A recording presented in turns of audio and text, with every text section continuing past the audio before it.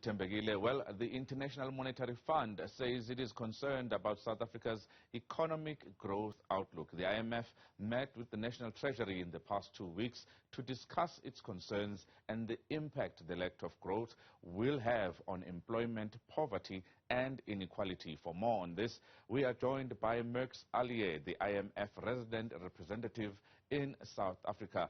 Thank you very much, Max, for joining us.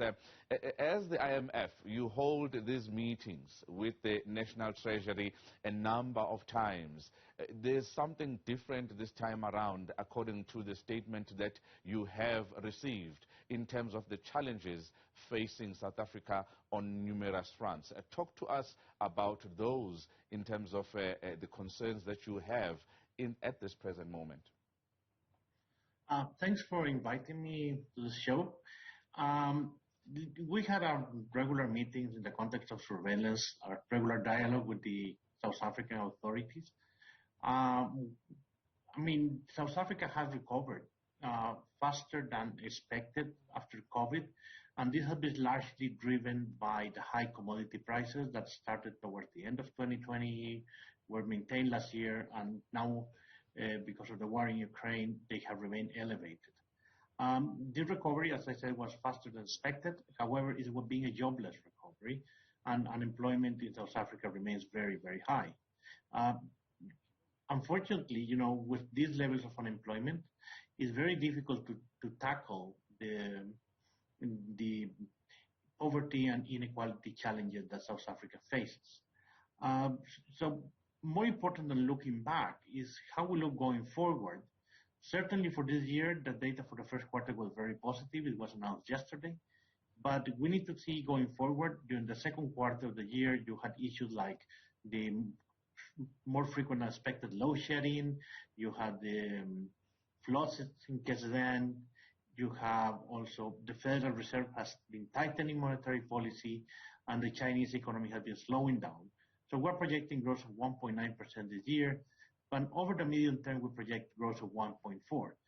Those are relatively low rates of growth to be able to tackle employment issue, to tackle the poverty and inequality. So our assessment has been that South Africa really needs to urgently move to remove the obstacles to private investment and to encourage competition in the economy to reignite growth. Also, hand in hand, needs to address the issue of energy insecurity and the bottlenecks in logistics, particularly the railway system and the ports. We see that as important. It's also important to take a look at the labor market situation. And, it's also important, an issue that sometimes is left on the side, is to decisively tackle the governance issues that are still an issue in South Africa. Mr. Allier, as the IMF, you meet on a regular basis with the National Treasury, and the statements seem to read the same. If it's not concerns about state-owned entities, ESCOM, and when it comes to what we are doing with structural reforms as a country, it is many other things, but there is a similarity in all the statements. Are these meetings yielding any positive results? Are you seeing South Africa implementing anything that have promised the IMF in these meetings, or is it just going to be the same meeting from one meeting to the next? Well, I would say that these are productive meetings. I believe the National Treasury and the SARB are very much in agreement with our advice, as you can see it even from their own press release. I think the Minister Godongwana is determined to tackle many of these issues that have been there. South Africa is a country with a lot of capacity. There's a good understanding of the problems. I think there's a number of plans that have been put out that I believe, by and large, we have the right solutions. But what is, and the key issues pointed out by everyone, is the difficulties in implementing these plans, in implementing the needed reforms. And obviously, the economic authorities, I believe they agree with us on the issues, but it's important, like in any democracy, in any sovereign country, to get the buy-in from the political system. That's something beyond our mandate. That's something that really needs to be done internally by the South African government. Mr. Alier, something that is quite important is the matter of stagflation, where you see a slow growth or no growth at all, while the high cost of living rises, prices are rising.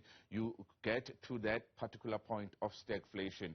What do you see in South Africa for the year 2022 when it comes to the high cost of living together with inflationary pressures that are still here?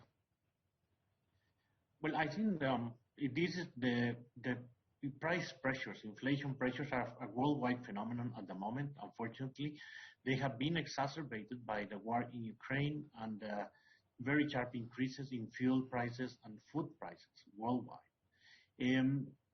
Of course, the role of the central bank to keep inflation contained, and I would say the South African Reserve Bank has been among the most successful so far, certainly among emerging markets, and even compared to advanced economies, in maintaining inflation under control. Is still within the target band that the South African Reserve Bank has.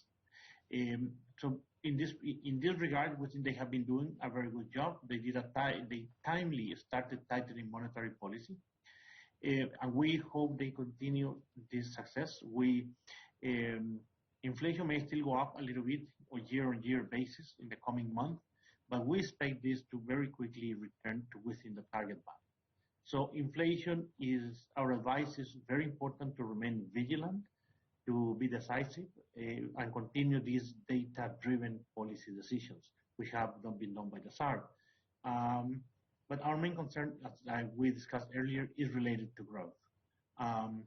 Where they have these structural impediments that have held back South Africa for nearly a decade in what we call a low growth equilibrium. And I think those are the key issues that need to be tackled, and those are our main concerns. Mr. Alier, I have to ask you this question. In your statement on South Africa's conditions right now, you have mentioned the Financial Action Task Force.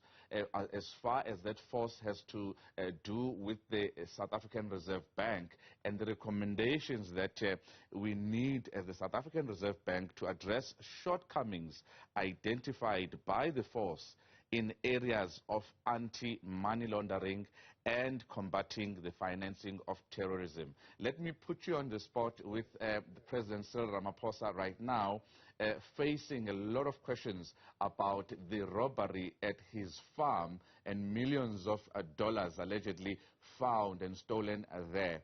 Are you, as the IMF, watching the developments as far as the president is concerned, as well as what is going to happen there?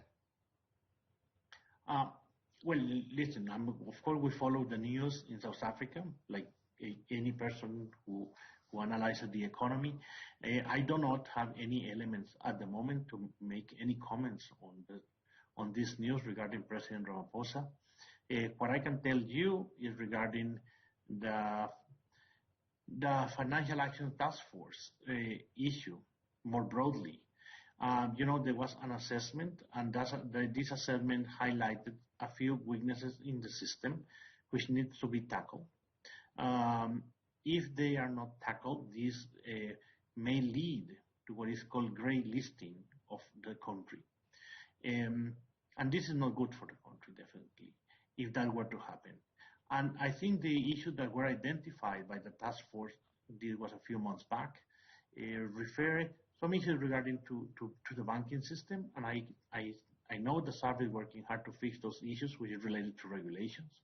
However, an important part of the assessment is not so much related to the SARB in itself, but is related to the enforcement of the anti-money laundering and finance of terrorism.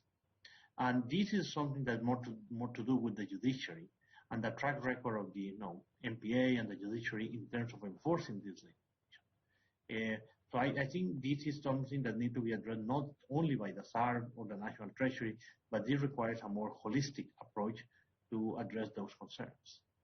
Max Alier is the IMF resident representative in South Africa, and he talks to us about their visit that they had when it comes to the state of the country.